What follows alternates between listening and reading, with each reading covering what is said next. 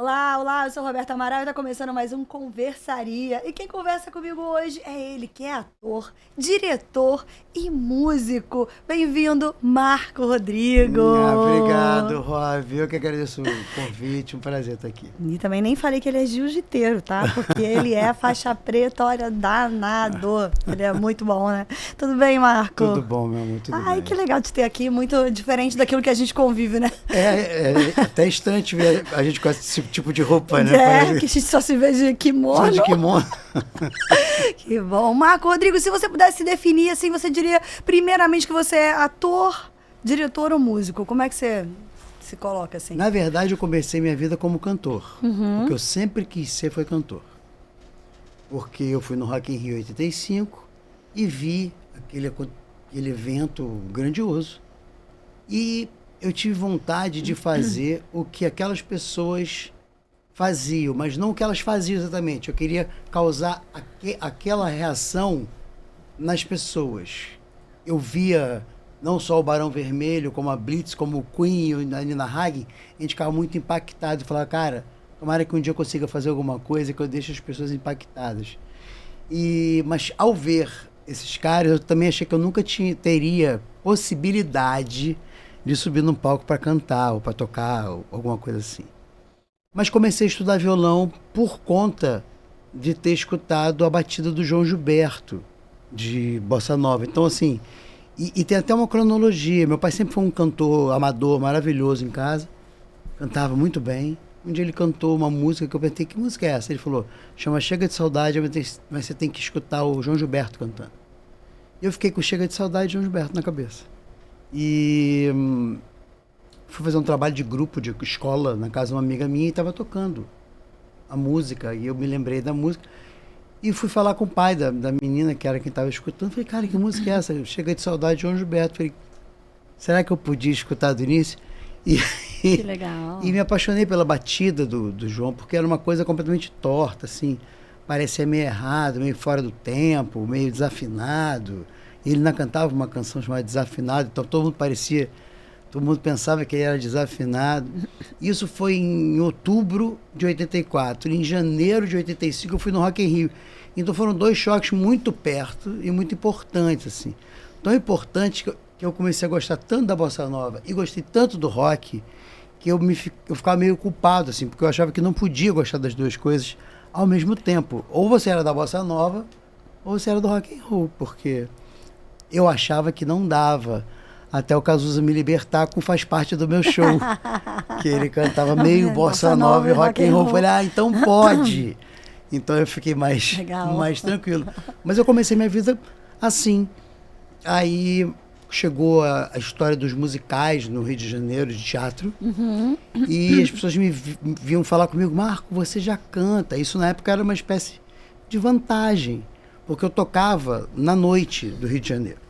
Tocava em bar, enfim, música ao vivo. Meu primeiro emprego foi tocar violão em bar de puta, em Copacabana, que foi genial, assim, porque você vê a realidade ali e ninguém tá olhando para você. Imagina, eu ainda tocava bossa nova em inglês para os gringos e ninguém olhava para mim, era sensacional. E aí eu fui entrar para o curso de teatro porque, entre aspas, eu já cantava e era uma vantagem.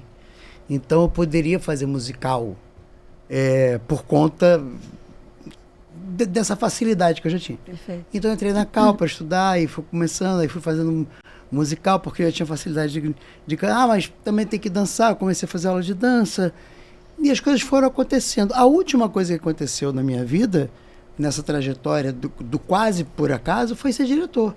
Eu nunca pensei em ser diretor. Cantor eu sempre quis ser, ator já tinha pensado, mas diretor nunca pensei.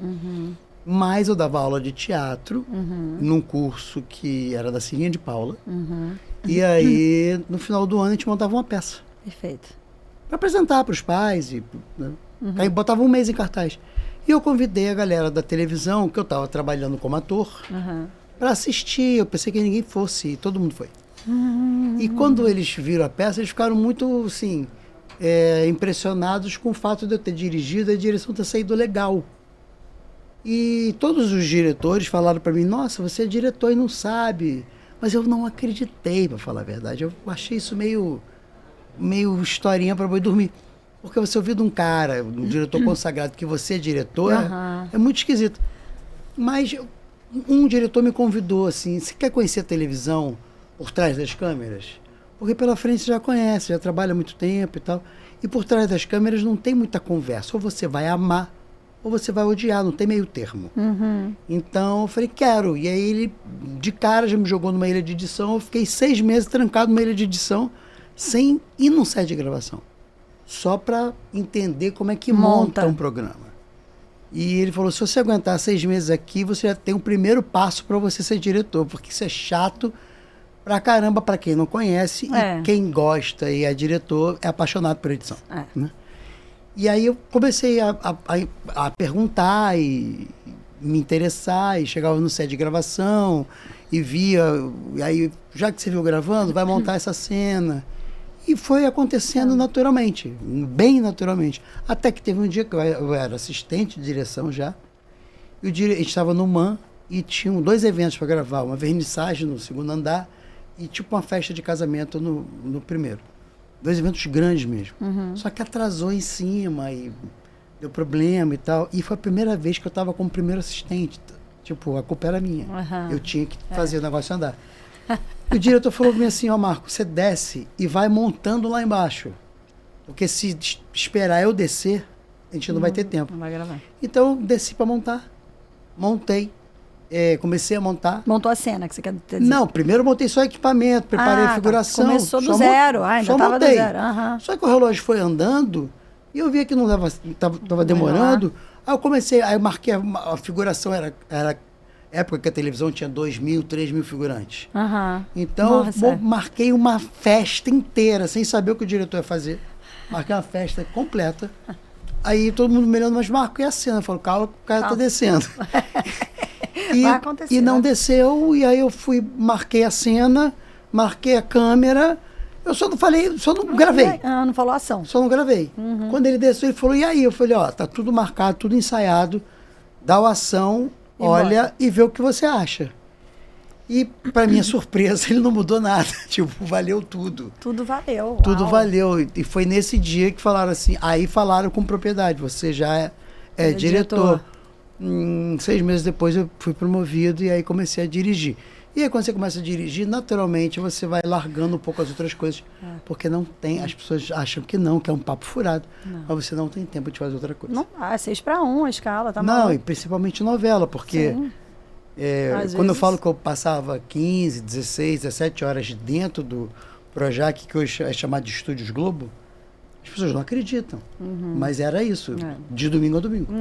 Porque o dia de folga da galera, eu tenho que editar, eu tenho que preparar tudo para a próxima semana. E ainda decupar para frente. Então, nossa, você só perguntou o que eu achava, como é que eu tinha começado a minha carreira. Olha o que eu já falei. Por onde você queria ser chamado. Achou bom, você traçou pra gente. Agora, se você pudesse citar, assim, 3 novelas, assim, que você...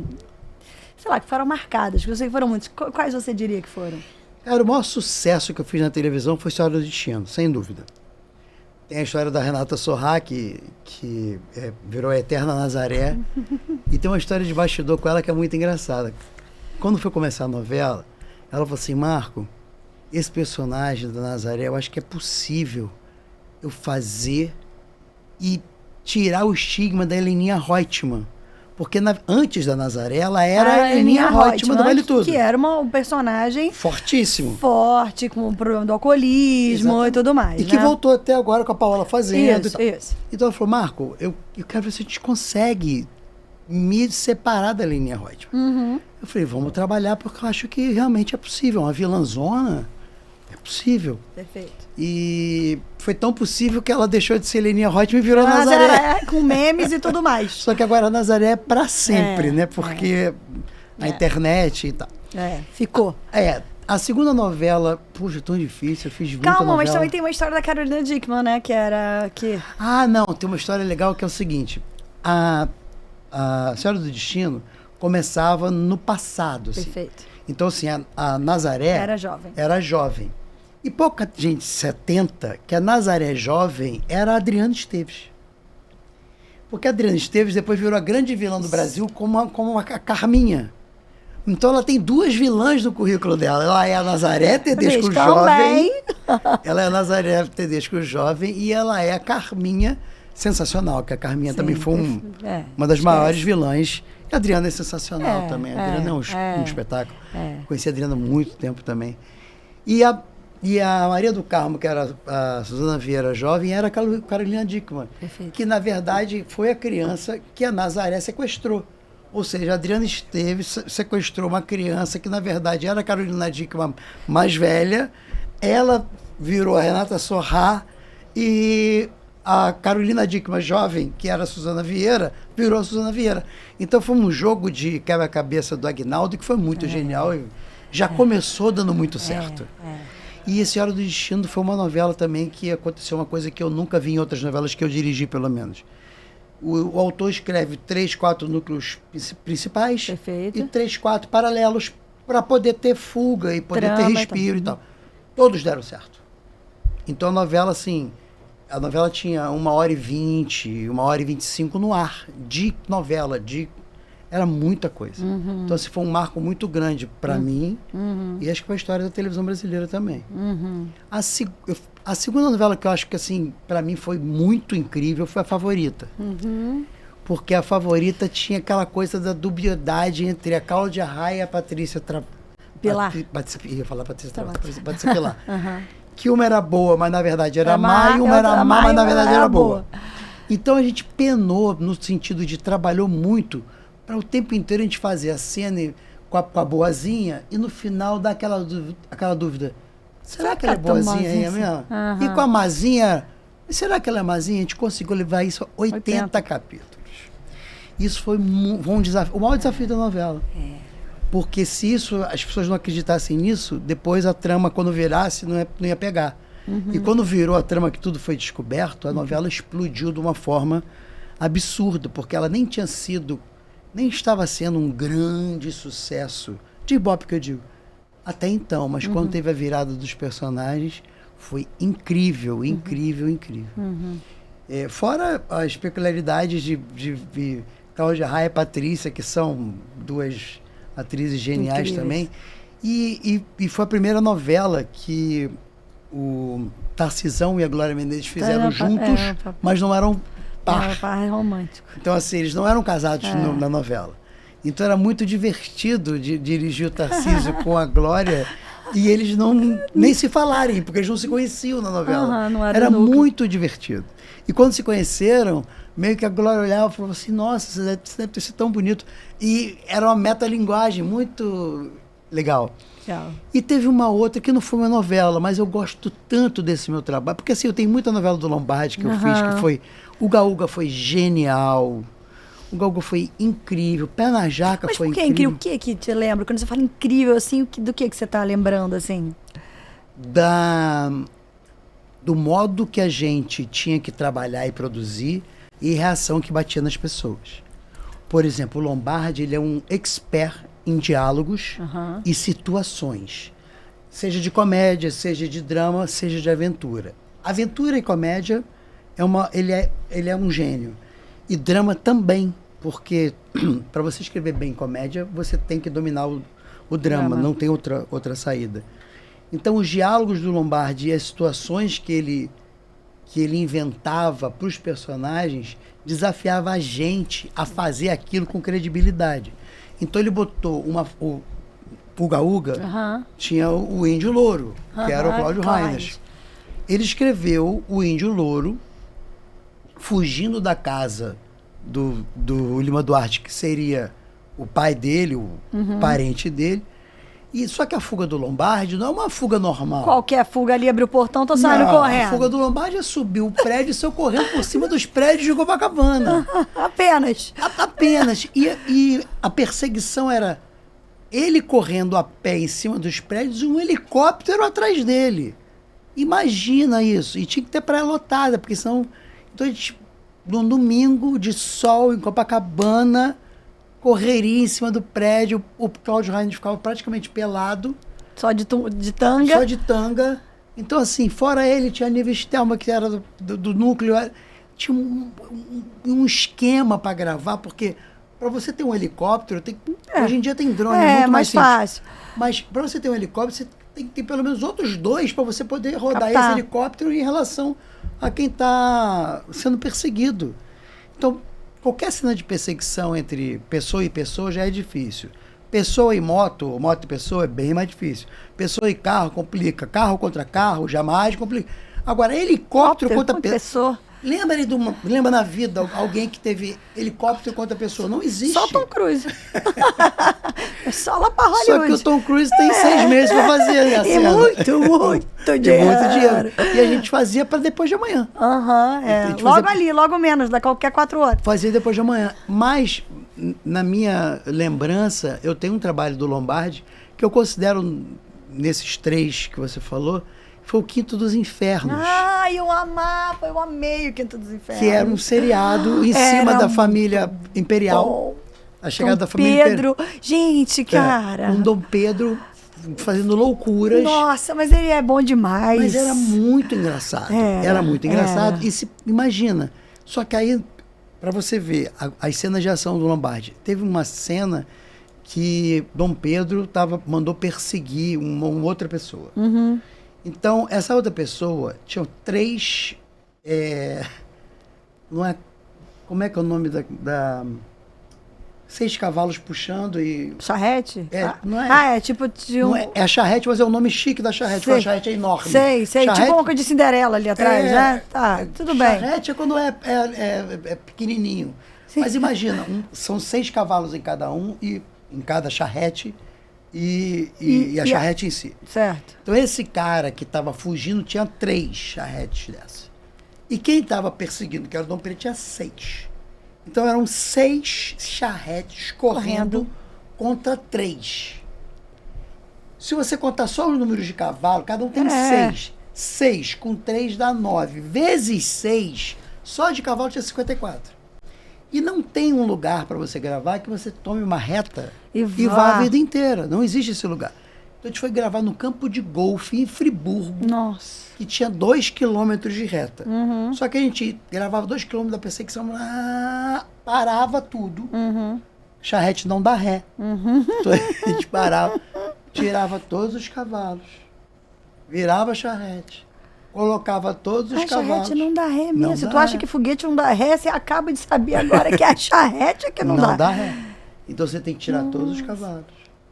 Virar a charrete, virar os cavalos, botar tudo. E quando você está indo... É uma paisagem. Quando você está voltando, é o contrário. Então aqui... Então a gente tinha que ir no lugar que fosse árvore dos 2 lados. Para não ter problema. Porque na volta ia ser invertido. Então, às vezes, quando a gente sacava que passou do lugar que a gente tinha combinado, a gente ainda invertia a câmera, marca, para fazer ao contrário, para quando botasse no ar ficar certo. Então, assim, numa novela do Lombardi, quer dizer, numa novela do Manuel Carlos, por exemplo, uma pessoa desce, vai para a padaria. Ela pega o elevador, desce, sai, encontra o Tem pessoal, todo o trajeto ali. Conversa ali com os vizinhos, entra na padaria e pede seu pão. Lombardi não. Ele entra no elevador, o elevador já cai, falta luz, o prédio vai explodir porque tem uma bomba, alguém tira a bomba, a pessoa consegue sair, quando vai sair quase que é atropelado. Até chegar na padaria, é muita cena de ação. É muito divertido. É muito de ver, então, é delicioso. Só que a feitura, ela é muito desafiadora. Mas que um episódio desse, quanto que custa? Você sabe? Um episódio, claro que você sabe, mas em média, o quê? Uns 150 mil, 200 mil? Cara, era mais ou menos uns 250 mil, 300 mil, dependendo do episódio. Hoje em dia, você acha que ainda é isso? Hoje em dia, eu acho que deve ser mais barato, porque não existe mais os grandes eventos. Por exemplo, Senhora do Destino teve um grande casamento.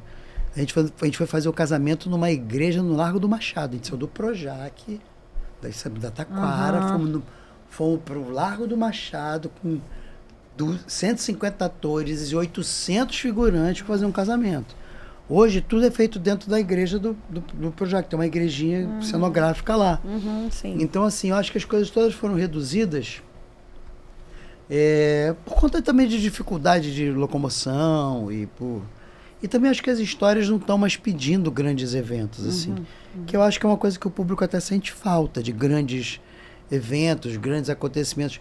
não só de festas, mas de perseguições, de cenas de ação, de cenas de comédia que precisa de muita gente para acontecer, cenas de circo. Eu fiz isso tudo, eu gravei em circo muito também, que eram cenas de comédia. E eu acho que essas cenas que demandam mais produção, ou elas acabam ficando na computação gráfica, que está num nível estratosférico hoje ao em menos dia. tempo, logo está economizando mais dinheiro, Mais né? dinheiro. Mas eu acho que não dá a sensação de realidade que tinha. A não ser que você fale de Hollywood, aí é outra conversa. Sim. Mas eu acho que hoje a gente está muito 70-30. 70% da novela dentro do estúdio, 30% na externa, e 30% da externa é na cidade cenográfica. Então não tem muito para onde fugir, mas eu acho que é uma nova tendência. Isso aí também não tem muito como escapar. Mas eu gostaria de ver hoje uma novela inédita do Lombardi sendo feita. Eu acho que uma nova história do Lombardi, como é que aconteceria? Como é que seria isso? Eu acho que seria bem interessante. Com mais recurso, o drone e tudo mais. E com mais tempo, porque além de tudo a gente fazia isso, o capítulo ia ao ar amanhã. Exato. Então a gente não tinha direito de errar. E se a gente errasse, a gente tinha que incorporar o erro para parecer que era um acerto. Então eu fui gravar naqueles parques aquáticos e tal, cenas que só supostamente seria de sol. E aí fui gravar 10 cenas que ela estava chovendo. Só que o capítulo vai ao ar hoje à noite. Então não tem o que fazer, tem que gravar. Então eu liguei o parque inteiro, chovendo, liga tudo. Bota todo mundo aí, todo mundo brincando no parque. Só que o que eu fiz foi brincar de uma forma absurda com a realidade. Tá chovendo, as pessoas estão deitadas, passando bronzeador, passando protetor solar, tomando drink, só que tá chovendo. Só que, olha, finge que tá sol. Então, como era uma comédia, e eu não tinha outra opção, porque assim, quando eu tinha que fazer 10 cenas, 4 cenas eu consegui adaptar para dentro de uma lanchonete, não sei o quê. Né? Eu consegui fazer um clima. As outras não tinham como adaptar. Então eu falei, vai chovendo e finge que tá sol. Então, o público sabe que é uma brincadeira. Tem essa cumplicidade. Então, eles sabem que a gente está gozando não com a cara deles, mas gozando com a história. Não levando aquilo a sério. E isso é uma coisa que eu sinto muito falta hoje. Mas não só na novela, é geral. Sinto muita falta da ironia. Hoje me parece que é muito ou você está aqui ou você está lá. Parece que tem que ter cautela com... ou é A ou é B. Não existe mais o meio termo. Minha avó sempre falava para mim assim, nem tanto ao mar, nem tanto à terra. Eu acho que isso não está acontecendo hoje em dia. Porque a ironia, que é essa brincadeira sutil, ela se perdeu. Se você prestar atenção, a piada se perdeu. Ninguém conta mais piada. Ou se conta muito reticente ou já justificando, né? Não tem mais a piada de salão. Não existe mais. Então as piadas que tem hoje não são exatamente piadas, são histórias contadas pelos stand-ups. Que aí não é uma piada, é uma história verdadeira que foi escrita por ele e que ele supostamente passou, né? Ou ficcional, mas enfim, que quando ele incorpora fica meio ficcional, meio verdade, né? Mas assim, não tem um... Outro dia eu vi na internet uma coisa que... eu fui pra Itália. Alguém tinha botado que foi pra Itália. Sei. Aí um outro alguém falou assim, você foi no restaurante tal? Não fui. Aí esse segundo respondeu, se você não foi a esse restaurante, você não foi à Itália. Pronto, virou uma guerra. Que era uma brincadeira. Sim, claro, assim, óbvio. Eu falar, Robin, você foi pra Búzios? Fui. Mas você foi na Praia dos Amores? Não, então você não foi pra Búzios. Claro que você foi pra Búzios. Não fui na Praia dos Amores. Mas uma brincadeira. Essa ironia, sabe? Falta. Que eu acho que às vezes está se perdendo. E dentro da ironia, e com a ironia, que é um dos grandes recursos da comédia, a gente consegue retratar muita coisa bacana e muita coisa importante de uma forma mais leve. Muita coisa que está errada também você consegue trazer a público de uma maneira... A comédia ela consegue te mostrar assim, tá vendo esse cara engraçado? Não seja igual a ele. Ele é um babaca. Pra você rir da babaquice dele, entendeu? Exato. É um outro ponto de vista. É divertido vê-lo, não ser ele. Não ser ele. E a comédia consegue ter essa crítica. O drama já é mais difícil. O drama já é mais difícil você questionar. Ou seja, ter duas leituras do mesmo personagem ao mesmo tempo. Você lê uma coisa... É muito difícil a vilã ou o vilão que não tem graça. Por exemplo, o Matheus Solano, quando fez o Félix, que foi outra novela que fez muito sucesso, foi Amor à Vida, que também era novela da Valdirene e da Tatá, que também era... Então eles tinham uma história de comédia e um jeito de comédia que era fabuloso. O Matheus Solano, no capítulo 40, era amado pelo Brasil. Mesmo sendo... E me perguntaram o que você acha. Eu acho que ele é um gênio. Porque no capítulo 1 ele pegou uma criança e jogou no lixo. Que era o filho da irmã dele. Ele pega porque ele não queria perder a herança. E ele joga no lixo. Se as pessoas esqueceram disso e ficam rindo dele, ele é um gênio. Porque era para ele ser odiado. Mas ele era tão engraçado. Também, né? E tinha umas tiradas tão boas. Não, e ele e a Valdirene, eles ali juntos, eles... Que aí foi o máximo que o Valci conseguiu. Porque o Valci fez o Félix e fez a Valdirene. Só que eles eram de núcleos completamente... Ela era do núcleo pobre, ela era filha da Savala na novela, e ele era do núcleo que também rico. estava muito incrível. Só que aí deu um jeito dele perder dinheiro e ter que vender cachorro-quente junto com a Savala e junto com a Tatá. Aí, para dirigir, eu quase que falava assim, vai o que vocês quiserem. Se ficar ruim, eu aviso. Mas eles eram geniais, porque era Savala, Solano e Tatá. Vendendo cachorro-quente, eu falando, pode improvisar. Era tudo que eles queriam ouvir. Então, era muito genial. Ô Marquinhos, teve algum personagem que ninguém apostou e que, uou, despontou? Ou o contrário, que era pra ser uau e, porra, morreu? Cara, eu vou te falar, sempre tem os personagens que surpreendem a gente. Sempre tem. Porque quando você escreve, quando você vê uma sinopse e você vê o caminho ali da sinopse, você imagina algumas coisas. Mas como a novela é uma obra muito, muito viva e o autor percebe a reação das pessoas com relação àquele personagem, ele também vai mudando junto com o que ele vai assistindo. Mas um personagem que a gente não achava que fosse fazer tanto sucesso foi o Cro, de Fina Estampa. Gente, o Cro, o que é isso? Filme e tudo mais, a gente achou né? que não... A gente achou Marcelo Serrada excelente. Claro. O personagem era maravilhoso, mas ele foi ganhando uma proporção... Que a Cristiane Torlone também, né? Que aí vira um conjunto, porque virou a Cristiane Torlone, ele e o Alexandre Nero, que era o motorista da Torlone. Então esse trio acabou virando uma loucura, porque era totalmente antipoliticamente correto. Eles eram, a história do que é falado até hoje, muito pouca gente sabe disso. Hoje é dia de rock, bebê.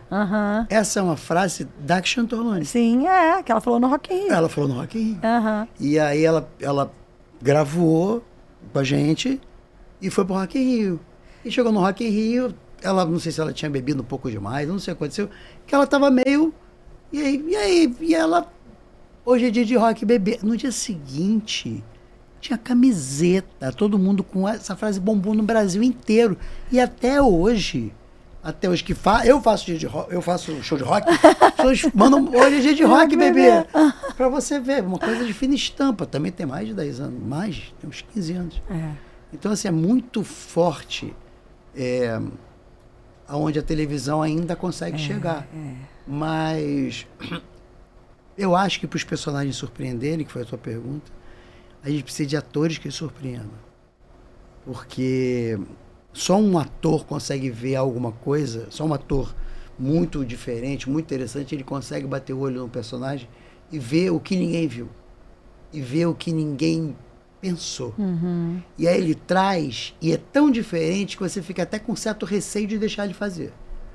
Esse mal eu nunca tive. Eu sempre falei, faz. Porque se desse problema, mas o que acontecer era uma ou duas cenas, não fica legal. Mas o cara ter essa sacada, eu gosto de apostar. Eu gosto de falar, tá vendo uma coisa que ninguém viu? Então vamos ver o que vai dar.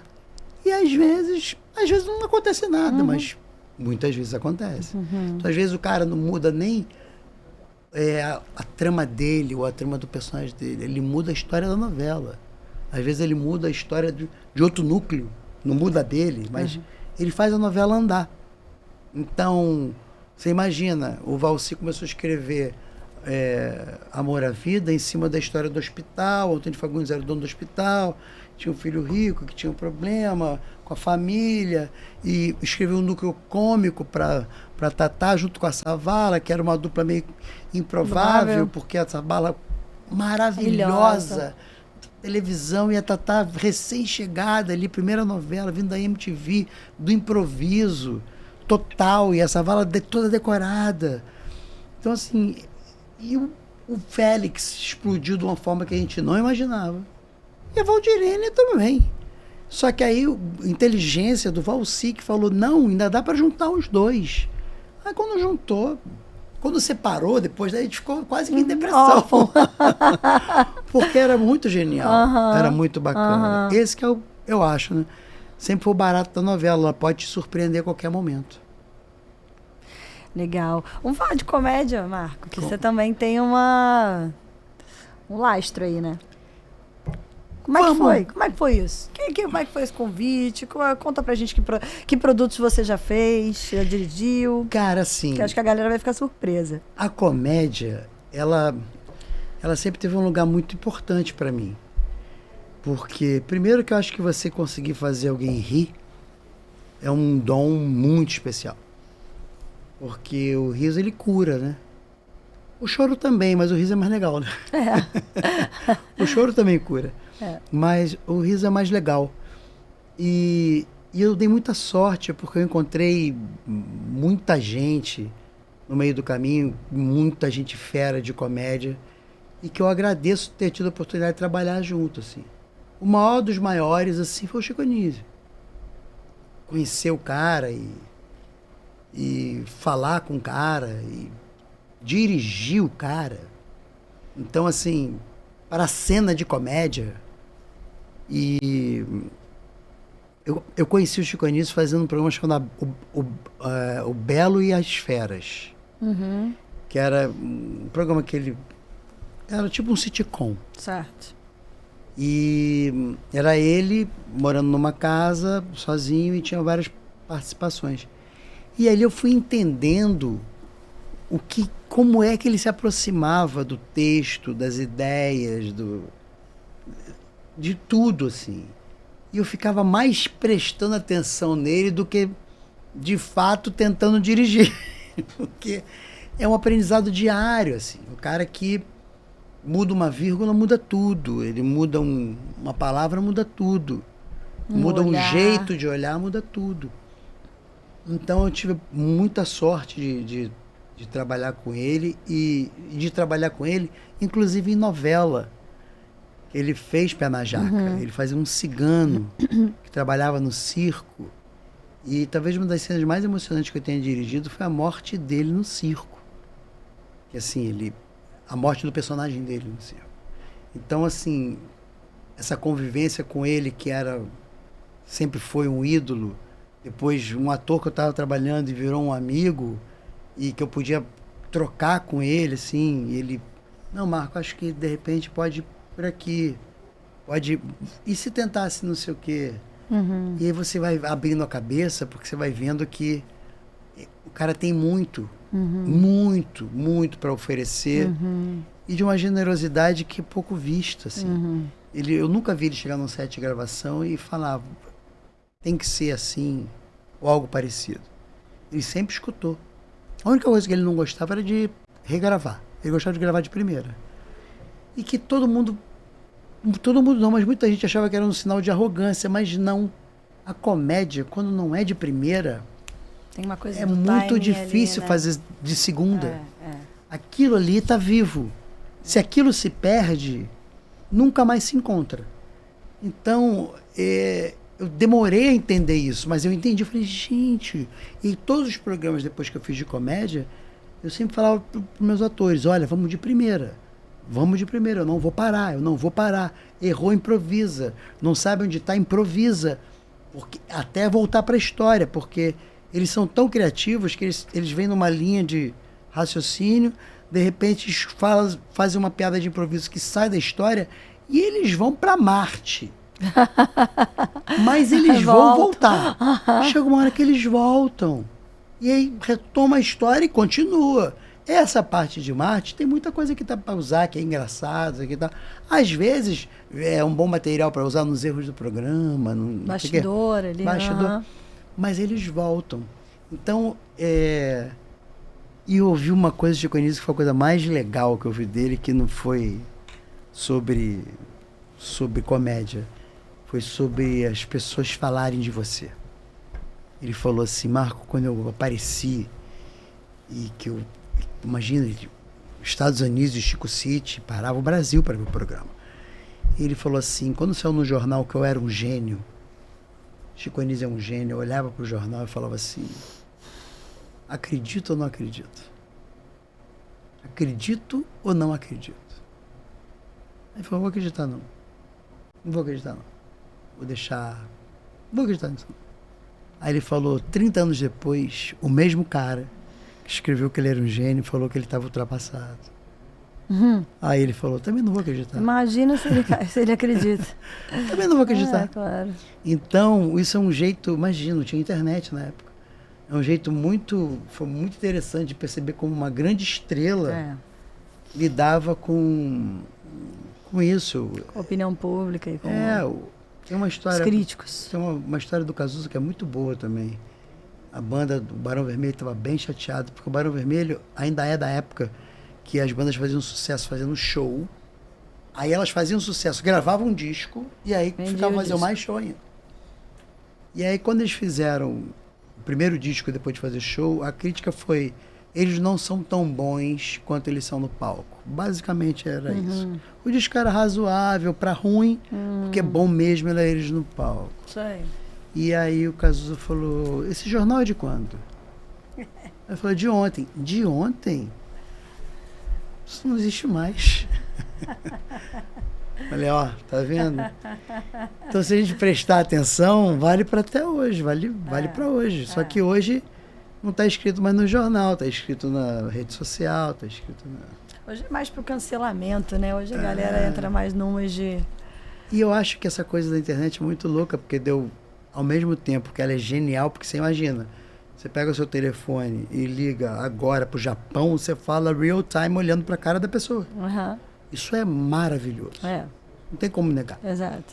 Mas eu me lembro que pra gente dar uma opinião, pra gente ver uma opinião, aquela pessoa precisava conquistar um mínimo de autoridade no assunto.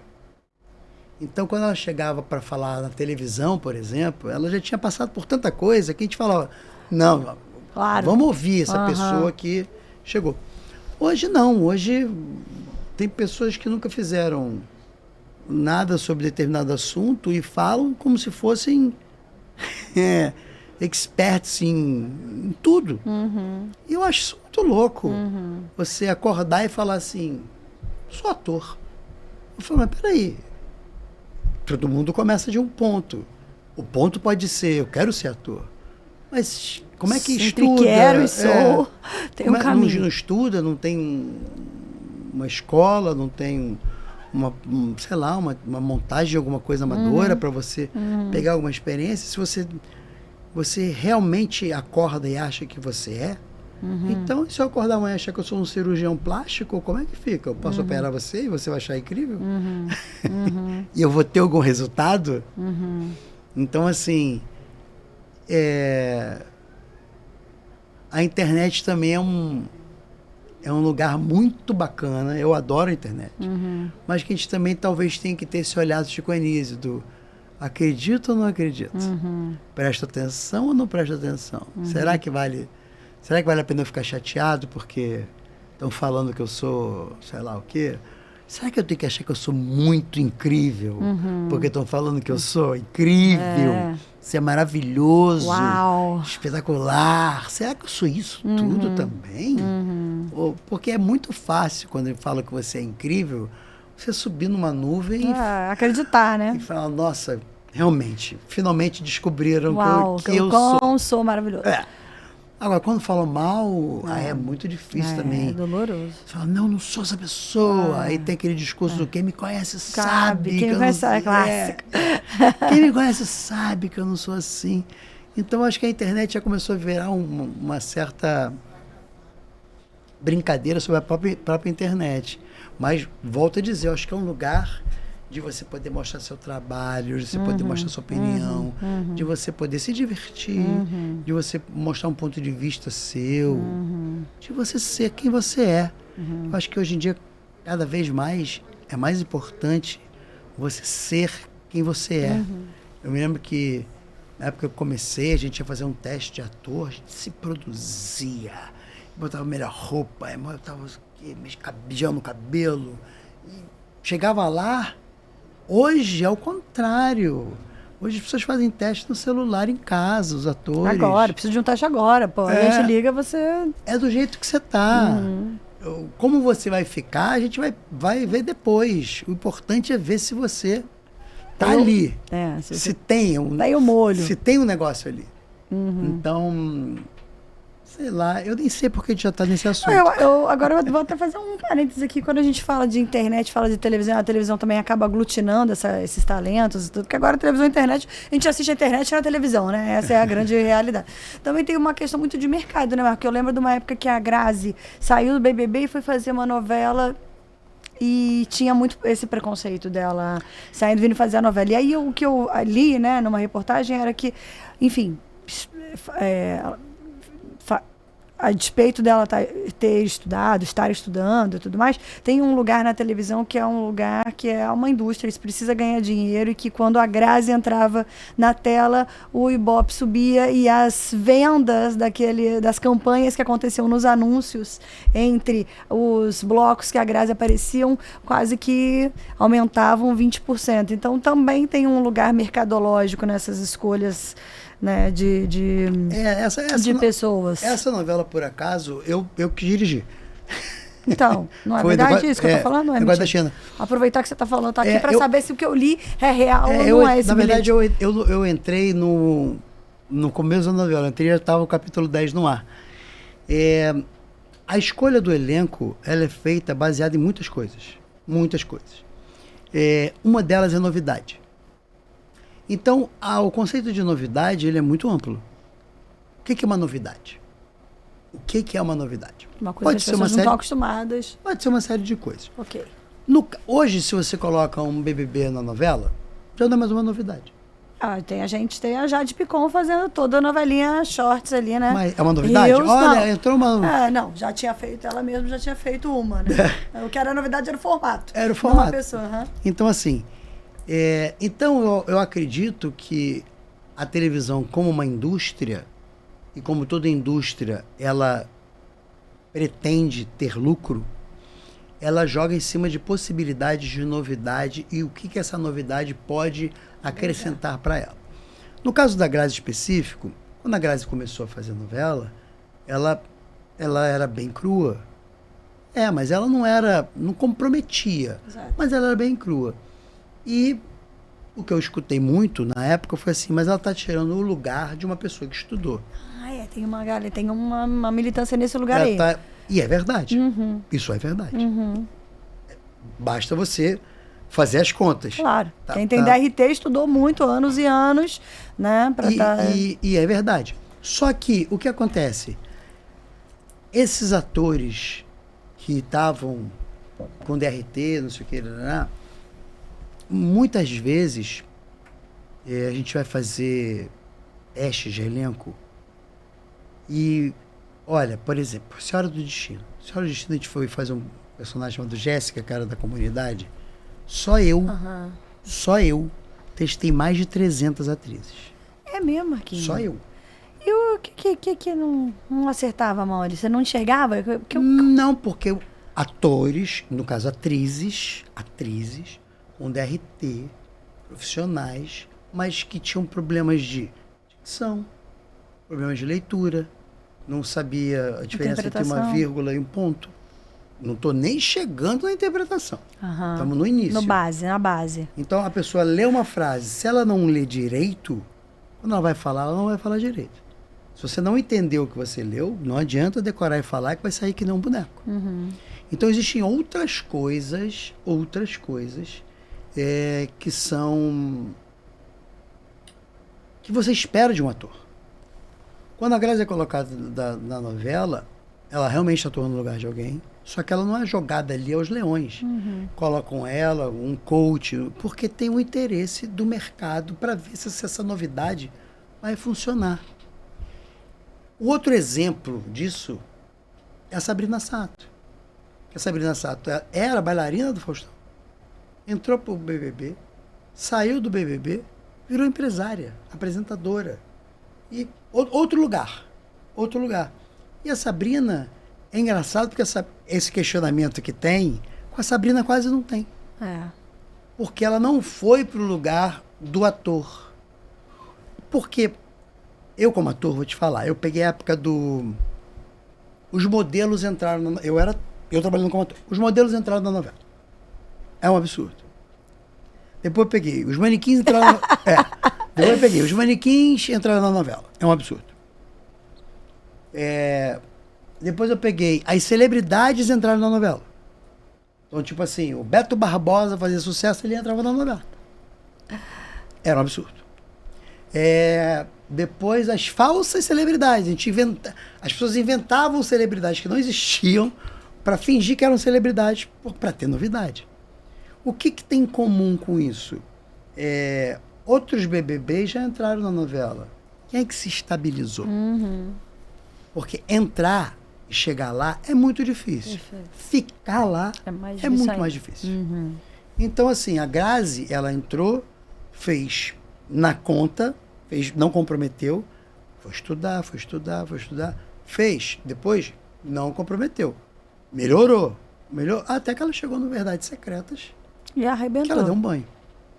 Então, assim, ela podia acabar de trabalhar e ir pra casinha dela, Não, ela ia estudar. Sim. Então, assim, isso talvez seja um exemplo de disciplina. Claro, estamos falando de uma exceção. Estamos falando de uma menina que participou de um programa de televisão. A televisão, que é uma indústria, botou ela dentro de um programa que é um produto dessa mesma indústria. É tudo muito específico. É tudo muito específico. Mas vamos ver que os modelos que entraram na televisão nos anos 80, 90, ninguém ficou.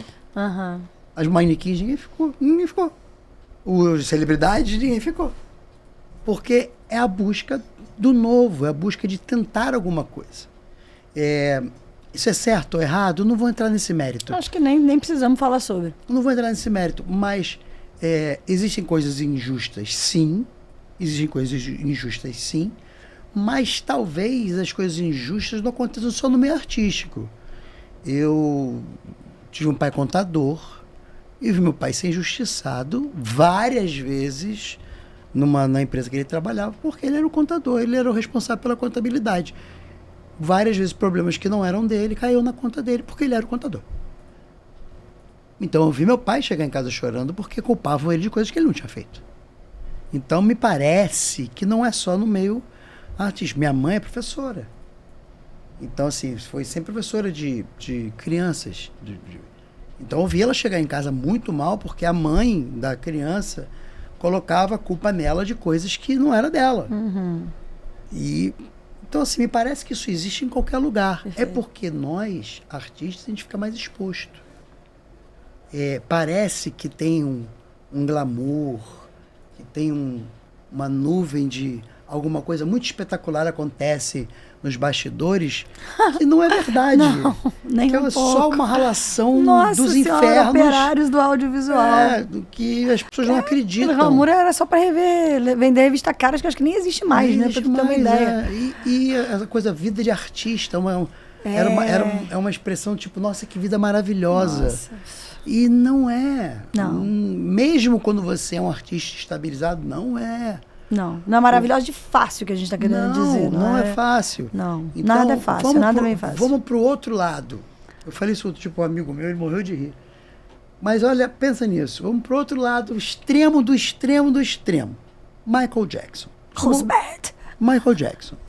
Imagina, ele morava em Neverland, que já é Já é uma loucura. Porque Já é uma loucura para ele misturada poder com ficar doideira. na casa dele, ele tinha que já- morar em Neverland, senão as pessoas invadiam, né? É. Então ele vai fazer uma turnê. Aí a primeira cidade dele é Roma. Ele sai de Neverland com 500 carros, porque ninguém pode saber qual carro que ele tá. Chegou no aeroporto de Nova York. Tá todo mundo gritando, Michael. Em Nova York. Ele não fez nada, ele só vai pegar um voo. Aí ele entra no voo, todo mundo, Michael tá no voo, Michael. Quando ele chega em Roma, tá todo mundo no aeroporto, 500 mil pessoas. Michael. Aí ele sai, vai pro hotel. Chega na porta do hotel, Michael. As pessoas dormem na porta do hotel. Aí ele vai pro show, que é o que ele foi fazer. 150 mil pessoas, 70 mil pessoas lá fora, uma loucura. Ele faz o show. Quando ele volta pro hotel, as pessoas continuam lá para ver se conseguem ver o Michael Jackson. E aí ele vai dormir, acorda no dia seguinte, vai para o aeroporto de Roma, porque ele tem que ir embora. E tá todo mundo no aeroporto. Michael, ele entra no avião. Michael, isso... Tô te falando, uma viagem. Imagina a turnê Uma mundial. saída. Uma saída. Então chega uma hora que não tem como ele ser normal. Não tem como. Aí, se você for pegar a história da família dele, como ele foi tratado, a infância, aí você começa a entender uma série de coisas. Mas para você ver como as pessoas são julgadoras, Michael Jackson morreu com fama de pedófilo para defender as crianças porque ele tinha medo do menino pedirem. Olha, o Michael Jackson, que não é um artista desse tamanho, é um gigante, morreu com fama de pedófilo para proteger as crianças, porque ele, Michael Jackson, tinha medo que o pedido fizesse mal às crianças. Se isso não te assusta, se isso não te mostra que o que você lê no grupo de WhatsApp da sua família pode ser mentira, porque é muito louco, assim. Às vezes, minha mãe fala, Marco, você vai sair? Eu falo, vou. Cuidado que vai chover. Eu falo, mas você viu isso aonde? Não. Tia Ceissa falou. Eu falei, mas tia Ceissa viu aonde? Tia Ceissa trabalha no Climatempo agora? A tia Ceissa estava aonde que ela tem essa precisão? Entende? Então, se você pegar assim, aonde você... Seu ciclo mais íntimo, já tem uma loucura de informações. Você fala, gente, mas de onde você tirou isso? E sempre a pessoa fala assim, eu li numa pesquisa. Me traz a pesquisa. Eu quero ver essa Pesquisa, bota na tela. Não, eu vi no... Você viu aonde? E aí, e também é o seguinte, porque você viu... É porque é verdade. E porque você vê... exato. Assim, se Na Platão... era da inteligência artificial atualmente, que a gente não vai conhecer mais a verdade do jeito que ela é. Se Platão, um dos maiores filósofos de todos os tempos, até hoje, ele é questionado por todo mundo que estuda ele. Imagina o meu ponto de vista. É uma loucura. Tá aí, é justo. Não é? Platão, tem gente que fala assim, nossa, mas ele é um imbecil. Eu falo, mas você pelo menos leu? Não preciso. Eu falo, mas você está chamando um cara de imbecil? A humanidade inteira bate continência. Esse cara, tipo, pô, o cara teve ideias na época dele, revolucionárias. Ele pode ter Perdurou. Esse cara é um imbecil. E você é maravilhoso. Você é incrível. E você nem leu. Porque eu acho incrível as pessoas falarem assim, não, fulano, pô. Fulano, eu falo... Gente, fulano... Mas da baseado em quê que você tá... E a gente tem muito essa mania, né? De julgar a qualquer preço, a qualquer custo, qualquer pessoa de que faça qualquer coisa. A gente não tem nem um filtro para selecionar o que a gente vai comentar. A gente vê do futebol que todo mundo acha que entende. É claro. Futebol todo mundo entende. Dúvida. É claro, como não? Os caras estão lá, fazem isso a vida inteira, só fazem isso, treinam que nem um desgraçado, mas quem sabe a escalação boa do Flamengo sou eu. Exato, nada de não Felipe é o Luiz. Filipão. Felipe Luiz é um imbecil. Não sabe nada. Professor Pardal. Eu falo, gente, não é possível. Não. Não é possível que você, sinceramente, ache no alto da sua... que você sabe mais do que ele. Não, mas ele só tem um ano. Ele pode nunca ter sido técnico. Ele sabe mais de futebol do que você. Não tem como não saber. Ele passou a vida inteira fazendo isso. Só que a gente que eu digo nós temos a convicção para falar assim, o Felipe Luiz não sabe nada. Nada. Aí você fala da gestão do Flamengo, é assim, o Landim não sabe nada. Você fala, peraí, como é que é isso? Você sabe gerenciar, então, uma... Então por que não é você que tá lá, né? Não, porque sei lá, se o Simeone, se o Jorge Jesus, sei lá, se o Tite, qualquer um fala assim, o Felipe Luiz está enganado. Vamos prestar atenção no que esse cara está falando. Que realmente, pelo menos, eu posso não gostar de nenhum desses. Exato. Mas eu vou Sim, respeitar a história. Ele pensa assim, ok, você não... Vamos respeitar a história do cara. O cara agora, o Zezinho das Couve, o Felipe Luiz tinha que ter tirado... Eu falo, você tem certeza absoluta que você acredita nisso? Não é possível. Eu fico embasbacado. Eu falo, cara, eu devo estar muito maluco. As pessoas estão muito malucas, porque é claro, estamos dando um exemplo de futebol, que é a catarse do povo. É justo. Todo mundo entende esse exemplo que você está dando. Mas isso vale para todas as áreas. E da onde vem essa nossa certeza? Nenhuma. Da onde vem essa nossa prepotência de achar que eu posso falar? Sabe o que eu acho, Rob? Esse teu cabelo aí não tá rolando. Não, esse cabelo não funciona pra você. Oi? Primeiro, você me perguntou se funciona? Você tá interessado nessa minha opinião embasada? Porque vem do nada essa coisa, né? Vem do absoluto nada. Acha a opinião, todo mundo tem a sua, e como você disse, a internet ampliou ainda mais na falta de background, muitas vezes, das pessoas. Até porque toda história tem 3 vertentes, né? Exato. Tem a minha, a sua e a verdade, que é o que aconteceu. Exato. Porque eu vi de um jeito, você viu... Nós vimos a mesma coisa, mas eu vi de um jeito, você viu de outro. E o que aconteceu foi uma outra coisa, que nem eu falei, nem você falou. Perfeito. Então, assim... Mas eu continuo acreditando. Ô Marquinhos, com o Wolf, você já trabalhou? Muito, muito. Fui ator do Wolf de musical, fui assistente de direção na televisão do Wolf, fui ator do Wolf na televisão e fui terceiro, segundo e primeiro diretor do Wolf. Então eu trabalhei muito. O Wolf eu fiz acho que 6 novelas com ele. Não vou lembrar agora de cabeça. E qual a diferença entre ser um ator do Wolf e um AD do Wolf? Cara, o ator, por incrível que pareça, é mais simples, porque assim, a sua preocupação é com o seu personagem. E o Wolf, ele é um diretor de ator muito impressionante. Ele vai mexer em você em lugares que você nunca imaginou que você tinha. Uhum.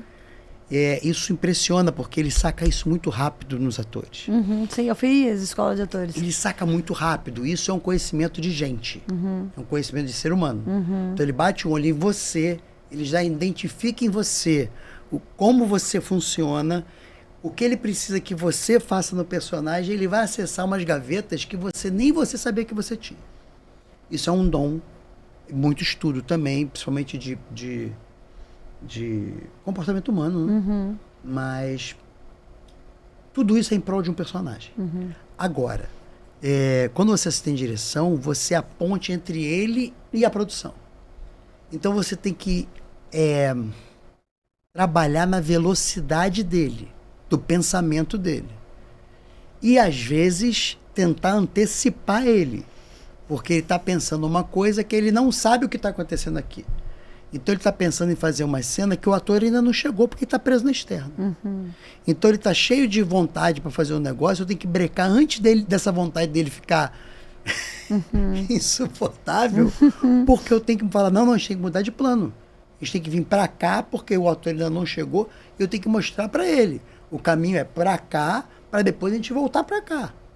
Isso é um exemplo simples, porque você tem que estar aqui cuidando do artístico dele e assistindo, ou seja, assessorando a ele no que ele precisar e tomando conta de tudo que ele pediu, de tudo que ele falou, de tudo que ele pensou, passar para as pessoas, para todo mundo ficar na mesma página. Cobrar e pegar o que todo mundo daqui devolveu, tá falando sobre como resposta, falar com ele na hora certa, porque o diretor tem hora certa para falar, porque tem horas que não dá para falar sobre certos assuntos, você tem então no timbre certo. Então às vezes é uma notícia que você tem que dar no pé do ouvido, às vezes tem que falar no corredor, às vezes tem que falar quando ele tá esperando o ator pensar uma cena, tem horas para você. Isso eu estou dando exemplo do Wolf, mas com todo mundo é assim. Sim. Eu perguntei do Wolf porque, como eu estudei com o Wolf, também é um lugar que eu me sinto confortável até para pensar isso que você está falando. Então, assim, agora, esse processo todo, quando eu fui fui promovido a diretor, ele me ajudou imensamente, porque eu fiquei com a visão muito mais ampla e muito mais profunda e com muito mais estofo sobre o que eu precisava e o que eu não precisava para dirigir uma cena, sobre o que eu podia pedir e o que eu não podia pedir, porque eu já sabia que se eu pedisse não sei o que, não ia dar certo. Porque eu vivi o lado de cá. Uhum. Então, também, se eu pedisse não sei o que e não acontecesse, eu sabia que fizeram errado, ou que não fizeram da melhor maneira. Então, isso, não só com o Wolf, mas trabalhando com o Ricardo, com Thalma, Jorge Fernando, Denis e todos os outros. Assim, cada um tinha uma demanda. Tanto como assistente, como eu como diretor. Uhum. Porque quando você é diretor, o cara te fala assim, ó, essa cena é você que vai fazer. Ele não te dá um brief, ele te dá um caminho. Ó, faz ser divertida, mas não esquece de contar a história tal.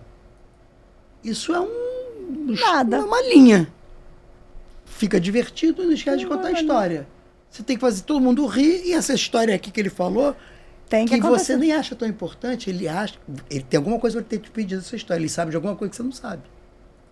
Então, porque ele já conversou com o autor, ele já sabe o que vem pela frente.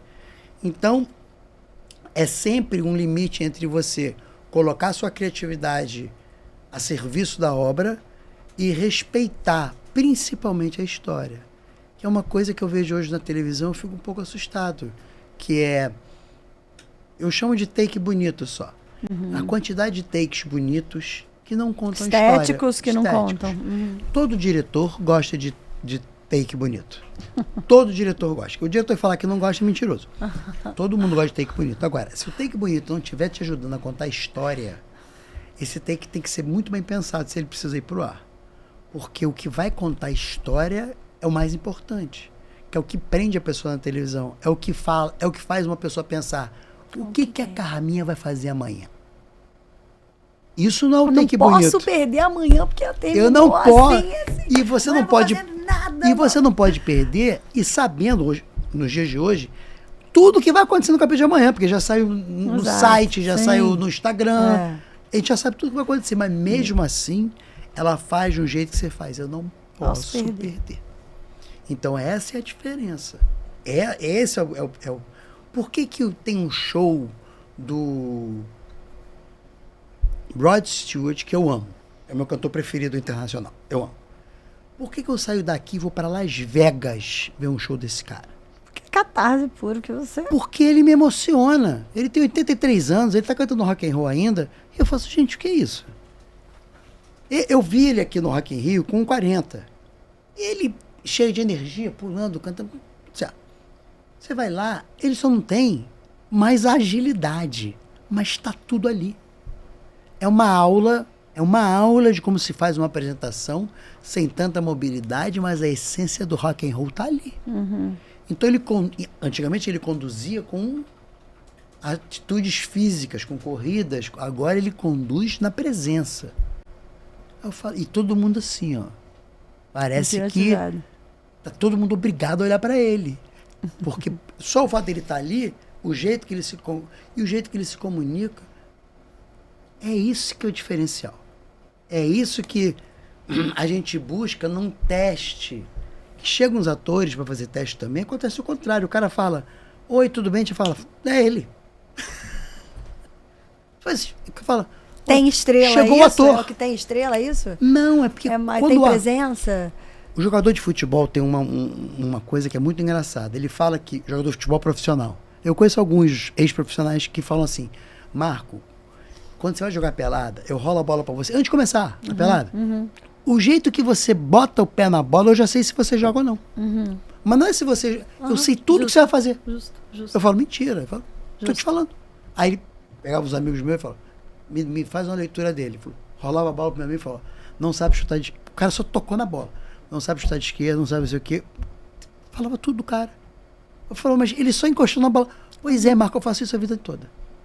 Então, tem ator que quando... com os atores é assim, a primeira frase você já entendeu. Se chegou o ator ou não.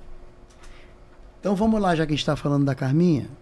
Adriana abria a boca, você fazia, oi? E o pior, ela às vezes nem abria a boca, ela só olhava. Você já... Porque tem. Ali. Por que a Nazaré foi esse escândalo todo? Por isso. Por que a Valdirene foi entrega? isso? É mais do que entrega? Qual que é o... Porque vamos combinar que a gente tem amigos atores, o pessoal tá olhando aqui, então você que é ator. Marquinhos, que é? Como é que você tá falando? Você tá fazendo um teste de elenco? Qual é o... Conta aqui para aquela câmera ali, ó. Cara, primeiro, que personagem é esse? Segundo, o que é o óbvio dele? O óbvio dele, todo mundo vai ver. Agora, o que você consegue ver que ninguém tá vendo? Eu sou da época que a gente fazia teste de publicidade, todo mundo junto. Então, assim, eram 200 atores dentro do estúdio, todo mundo viu o teste do outro. E ninguém tinha paciência para ser o 190, porque tinha que ver 189 testes. Eu sempre pedia para ser o último. Porque eu prestava atenção em tudo que o diretor falava e tudo que as pessoas estavam fazendo. Não é porque eu era... eu sou paciente. Não, eu também não tenho paciência de esperar. É chato pra caramba. Mas eu ficava prestando atenção no que o diretor falava. O diretor falava, explicava pro ator, o ator fazia outra coisa. Aí o diretor falava, aí eu ia entendendo. Aí o diretor tentava mudar alguma coisa. Aí o outro ator ele falava a mesma coisa, mudava, não sei o que. Quando eu chegava lá, parecia que ele já tinha me dirigido. Porque eu passei 2 horas ouvindo ele dirigir os outros. Quando ele falava pra mim, eu fazia tudo, menos o que os outros tinham feito. Qualquer coisa. Eu poderia fazer qualquer coisa. Menos o que os outros tinham feito. Foi assim que eu passei para comercial da Coca-Cola, da Bubalu. Como foi? Eu só não fiz o que os outros não fizeram. Eu só fiz o que os outros não fizeram. Só que aí é visual. E geralmente, esse tipo de publicidade é uma fala, 2 linhas, é muito pouca coisa, não tem uma interpretação. Mas quando você tem uma interpretação, a primeira coisa que vem em sua cabeça geralmente não é a melhor, é a mais fácil. Geralmente não é a melhor. Muitas vezes pode ser a melhor, mas geralmente não é. A primeira leitura da Renata Sorrah geralmente está certa. Mas a gente está falando de pontos fora da curva. São pessoas diferentes. Sim, você vai falar assim, a primeira leitura do Raul Cortez. Bom, a primeira leitura já podia ir pro ar. Mas a gente está falando, Raul Cortez foi pesado, né? Você pesou o clima. A primeira leitura do Tarcísio Meira. É assim, a primeira leitura do Murilo Benício. É muito difícil estar errado. Muito difícil. E se estiver errado, tá tudo errado. Errado que eu digo assim, tem uma coisinha que você pode mudar aqui, uma coisinha que pode mudar. Porque é muito difícil, os caras têm muita experiência já para fazer isso. Só que quando você não tem experiência, o bacana é você tentar fazer algo, ter algo que só você viu. Ou se não foi só você que viu, algo que pouca gente tenha visto. Que existe nesse personagem. E é esse olhar que faz a diferença. Porque você traz para tudo essa diferença. E essa diferença ela pode ser dividida em várias camadas, porque ninguém é só uma coisa. Então, falar assim para você, olha, Rob, você vai fazer uma vilã. E essa vilã, como é que ela é? Ela é uma vilã. Sim, mas... E aí, qual o subtexto? Mas ela é só uma vilã? Quais camadas? Então ela só trata mal todo mundo o tempo inteiro? Não, nem sempre a vilã precisa tratar mal. É o que eu tô te falando. O estereótipo da vilã trata mal. Mas como é que é? Ela é uma vilã chique, já mudou. Ela é uma vilã chique e arrogante. Não, ela é uma vilã chique e altamente sociável. Você vai... Vislumbrando E e aí acessando. você vai vendo. E cada camada dessa, você tem várias formas de fazer. Qual é que você opta para fazer como atriz? Aí entra o estudo. Aí entra a sua disponibilidade. Se você tem uma voz que vai de 0 a 10, seus personagens só vão ter vozes de 0 a 10. Agora, se você estuda voz, canto, dicção, né, e sua voz vai de 0 a 1000, você tem mais possibilidade de voz para oferecer. Então, vamos pegar lá o extremo. Chico Anísio fez 300 personagens. Cada um tinha uma voz diferente, você não reconhece. Para quem não viu e tem oportunidade, entre no YouTube e veja os personagens do Chico Anísio. Não é que era um personagem diferente, era uma pessoa diferente. Você nem reconhecia o Chico Anísio fazendo. Você falava assim, esse é o Chico Anísio? É. Ele virava outra pessoa. Outro jeito de respirar, outro jeito de falar, outro jeito de caminhar, outro jeito de fazer gesto. Então, assim, é outra coisa. Outro corpo. Outra coisa. Então, onde é que está a sua disponibilidade? Sua disponibilidade corporal é como? Eu vejo muita gente hoje malha, fica grandão, forte e duro. E aí? E aí eu preciso de um bailarino. Meu personagem é um bailarino. Você está incrível, mas você não se mexe. Como é que esse meu bailarino vai ser... mas o galã e o John Travolta era galã, era bonito, era forte, era cantava, dançava. E se você olhar ele hoje em dia, que ele não é mais aquele que ficou gravado no Grease, ele continua andando diferente. Ele tem a parada. Isso é estudo. Estudo. Claro, existe carisma, existe... Isso você tem ou não tem. Deus te deu ou não deu. Mas estudo, não. E eu sempre acreditei, continuo acreditando que trabalho duro ganha do talento. Eu muitas vezes ganhei só porque eu trabalhei mais do que os outros. Muitas vezes eu fui o escolhido porque eu trabalhei mais. E se você pensa diferente, porque assim, geralmente quem é muito talentoso, quem nasce muito talentoso, até um certo ponto se garante muito no talento. Eu falo, na hora eu faço. Para diretor, então, é terrível. Na hora eu faço e falo, tá bom, se na hora você faz, caras eu dirijo.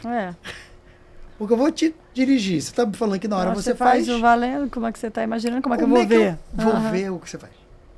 Então, assim, às vezes eu vi isso muito na escola de teatro. Eu fiz a Cal, né? E eu vi os talentosos não se preocuparem muito, porque eles eram muito talentosos. E ali na Cal, não precisava de mais do que aquilo. Então eu falava, gente, eles não fizeram nada e arrasaram na cena. Filhos da puta.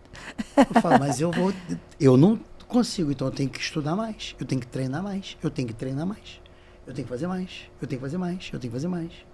Mas e você estudou na Cal e agora você dá aula na Cal, né? Sim. Que legal! Fala um pouquinho da tua turma, para quem quiser te conhecer, então, o teu trabalho e se desenvolver como ator contigo. Eu estudei na Cal e aí há uns quase 20 anos atrás, o falecido Eric, que era um dos donos da Cal, me pediu para dar interpretação para TV lá, porque era ele quem dava aula.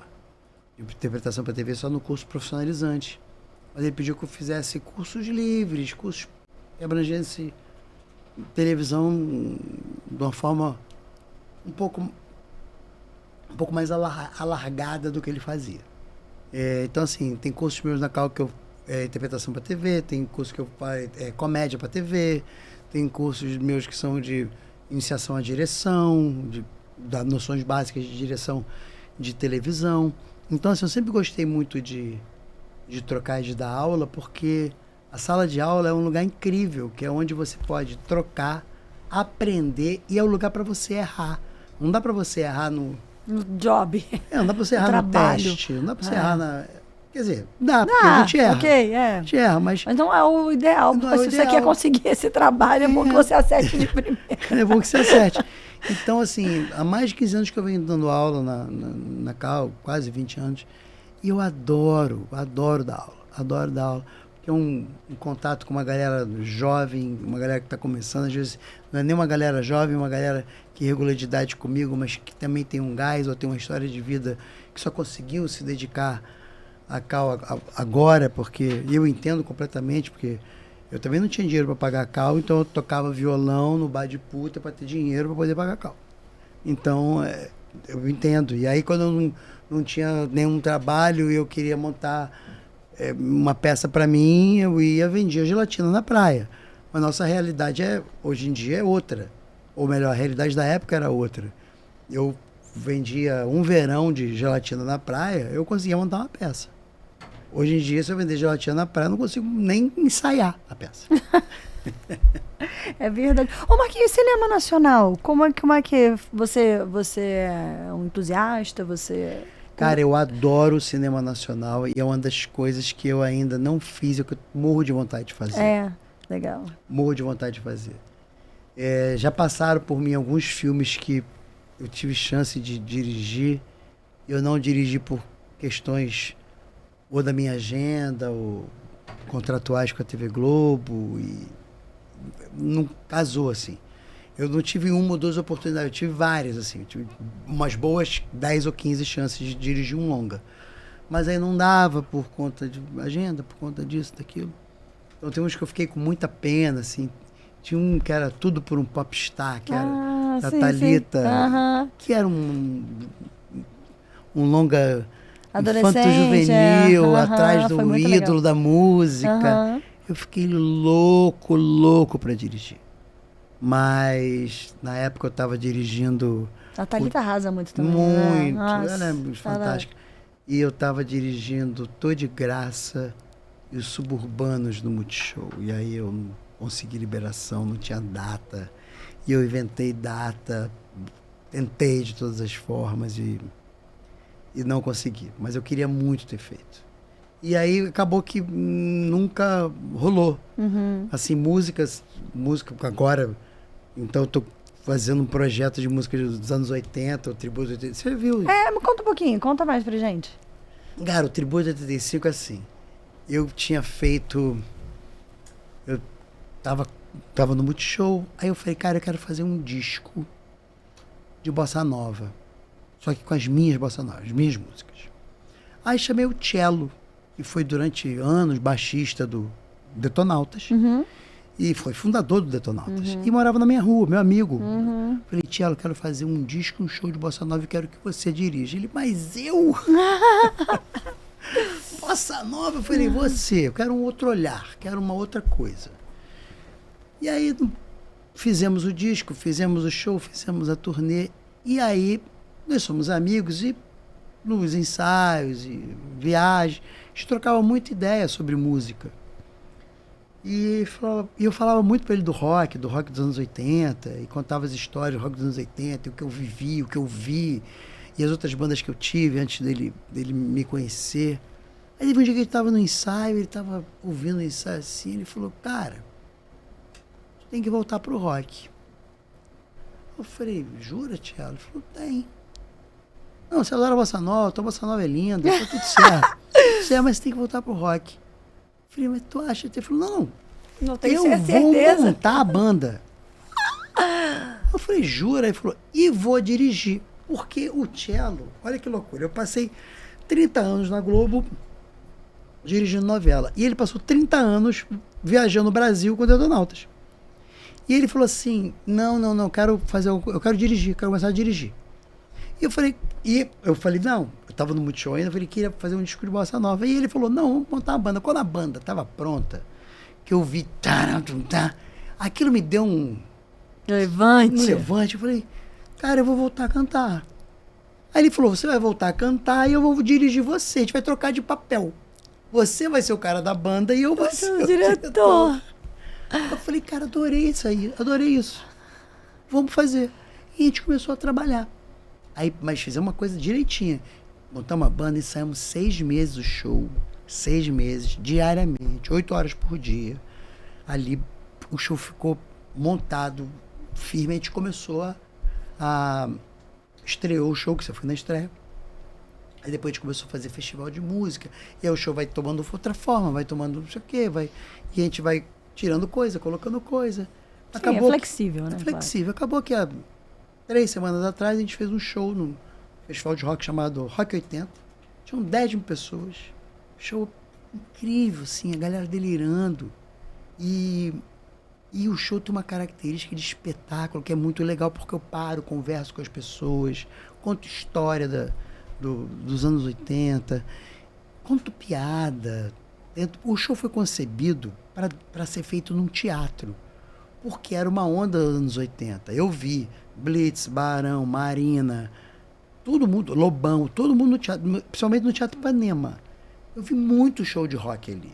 Então a gente montou pro teatro. Só que o show foi crescendo e aí a gente começou a ser convidado para lugares que não eram teatro. A gente falou, mas será que funciona?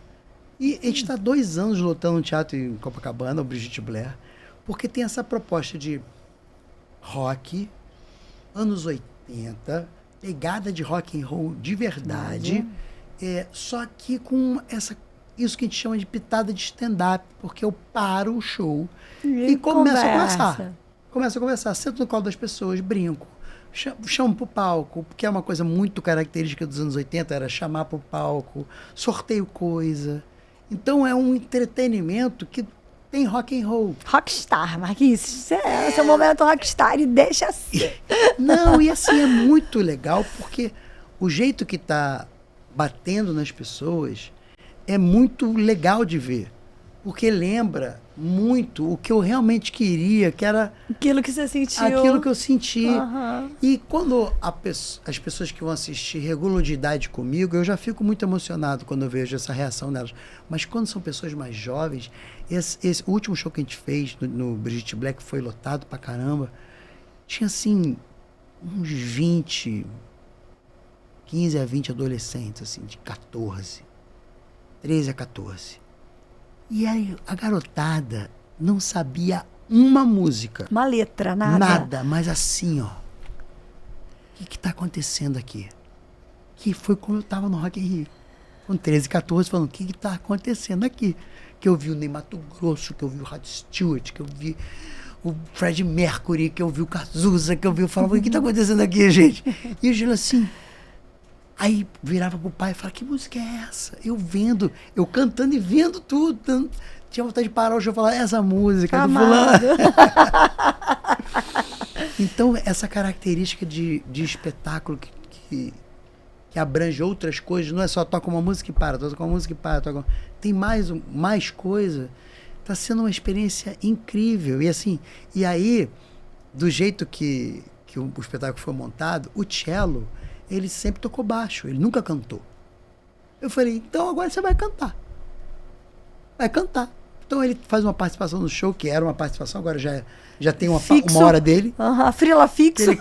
Que ele canta 1 ou 2 canções, depois eu obrigo ele a ficar no baixo e surpreendo ele cada dia com uma música diferente para ele tocar baixo, para ele se virar, porque ele tocou baixo a vida inteira. Então a gente acaba brincando no sentido de nos divertirmos entre a gente. Isso passa muito pra galera. Dá pra você ver que você fica iluminado quando você fala. Dá pra... A galera fica... Você ri com os olhos. A gente passa isso e o povo se diverte junto.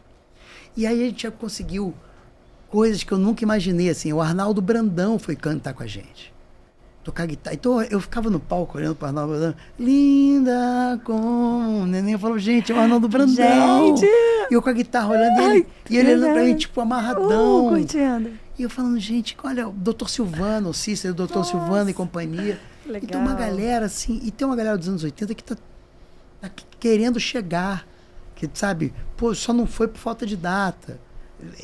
Ainda não conseguiu bater as datas. Aí, de vez em quando, eu levei o Wendel, amigo meu, que escreve novela. Eu falei, cara, vai lá cantar um dia. Rock dos anos 80. Ele falou, você jura? Eu falei, juro, vai lá. Ele falou, eu vou. Eu vou mesmo. Se divertiu pra caramba também. Legal. Porque ao mesmo tempo que a gente leva essa galera, a gente também leva outras pessoas que, assim, teoricamente não tem nada a ver com a música. Surpreendem. E aí, canta, vambora, vamos ver o que acontece. E a gente começou a levar esse espetáculo agora para fora do Rio. Então a gente foi para Minas e a galera de Minas ficou louca. Nossa, Minas é demais. Eu morei em Belo Horizonte, eu amo Minas. Minas ama música. Então, e assim, e aí nossa, Minas é demais. E a gente foi tocar no bar do cara que era o vocalista do Tia Anastácia. Ah, que legal! O Maurinho Berro d'Água. Que legal, nossa. Então, primeiro, eu já tinha visto o cello no Rock in Rio. Que o cello tocou no Rock in Rio de 2011, se eu não me engano. Mas eu vi Tia Anastácia no Rock in Rio também. Então eu vi o Maurinho e vi o cello. Tia Anastácia, minha época de Minas Gerais, de Belo Horizonte, mas muito. Então eu falava, e aí o Maurinho cantando Cabrobró, eu cantando Cabrobró com o Maurinho. Eu falava, gente, que loucura! Que loucura! E assim, ele é amarradão. Então tá me possibilitando, além de tudo, esse contato com vários ídolos, várias pessoas que eu sempre admirei. No próximo show vai o Luiz Nicolau do Inimigos do Rei. Ai, que legal, gente! Que vai lá e falou, não, eu vou, quero muito ir. Então ele vai pra cantar.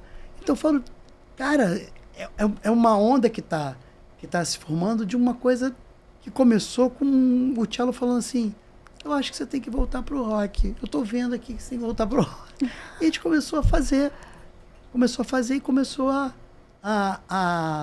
pensar isso que eu te falei. Como é que a gente faz uma coisa que pode ser não melhor, não pior do que ninguém? Como é que a gente faz uma coisa que pode ser diferente? Com a nossa assinatura. Pode ter a nossa cara. Foi o Marco Todora falar com a galera. Porque isso vem da minha época de ator, de fazer número de plateia. Que era sempre meu nas peças que eu fazia. Número de plateia, era comigo. Porque improviso, tem que lidar com... Você não sabe o que a pessoa vai falar, não sabe nem se vai falar. A pessoa pode falar uma coisa e te derrubar, falar uma coisa que te quebre. Então ele falou assim, não, vamos fazer, vamos colocar. Eu falei, no show de rock? No show de rock, vamos falar. Aí, então vamos fazer. Então, aí no outro ele falou assim, não, mas a gente não tem uma bossa nova no show. Eu falei, mas é um show de rock. Ele falou, não interessa, não tem uma bossa nova. Aí a gente pegou um skunk e transformou em bossa nova. E canta com a banda tocando bossa nova. O que vocês cantam de skunk? Garota Nacional. Ah, que legal! Só que em vez de ser aquela levada, é... Day down, down, down. Em ritmo de bossa nova. Que legal! Então, assim, tudo isso... Maneiro. Porque eu sempre acreditei no coletivo. No coletivo. O coletivo é que faz as coisas acontecerem. Então, o cello está dirigindo, eu estou cantando, a banda está ali, mas todo mundo com esse... Sabe? Mas isso é muito do audiovisual, essa coisa do coletivo, né, sim, Marquinhos? Porque a gente lá, meu filho, esquece, Se não tiver todo mundo, nada não acontece. Tem. Se não tiver todo mundo, nada acontece. Não dá. Eu falo, gente, se a gente não tiver a tia da água, a gente não tem água no set. É simples assim. Você consegue passar 12 horas sem beber água? Imagina. Imagina sem a tia da água. Ela só vai... É porque a gente só repara quando a tia da água ficou doente, ela não conseguiu ver. Quando você está sentindo sede, né? Só repara. Aí você fala, cadê a tia? Todo mundo é importante. Então, isso eu carrego comigo sempre. E tem próximas datas de show, Marquinhos, para falar? Cara, tem. No Rio de Janeiro tem fevereiro, 21 de fevereiro lá no Brigitte Blanc, Copacabana, e 27 de março também lá. Aí, até o carnaval, a gente vai fazer o cronograma de fora do Rio. Me fala que eu coloco no descritivo do episódio, pra galera aí vai ter acompanhar. O cronograma do Rio, o cronograma de fora do Rio e tal. Mas a gente está fazendo, tá mó barato. Mas tem outras coisas que não podemos falar ainda. Exatamente. Eu acho que a gente vai ter que fazer uma parte 2 em algum momento, porque falta muito aqui pra gente, que tem muito assunto, eu queria com certeza me aprofundar nessa parte de comédia, queria me aprofundar nos autores de novela, pegar algumas coisas, mas... Vai ser incrível te receber aqui para uma próxima. Não, eu venho. Marquinhos, eu quero te agradecer a sua generosidade, seu carisma, sua competência, seus toques, suas histórias, seu tempo, disponibilidade, assim, amor, muito legal. A hora que quiser. Prazer é meu. Me diverti muito. Tô muito feliz. Obrigada, viu? Aí já teve esses papos muito da padaria. Muito. A gente se encontra na padaria para tomar café sem combinar. Sim, sem combinar. Porque a gente mora no mesmo bairro, a gente faz nosso jiu-jitsu amado, idolatrado. Marquinhos sabe muito de jiu-jitsu, apoio bastante, mas sempre com carinho, né? Entende muito de audiovisual, de tudo. Um deleite ter você aqui. Muito obrigada por tudo. O prazer foi meu. Obrigado pelo convite, pela sua atenção de sempre também. Amei. Valeu, galera. É isso. Até a próxima. Se inscreve, deixa seu comentário, faz sua pergunta. Quem sabe ele não responde. Até a próxima. Tchau.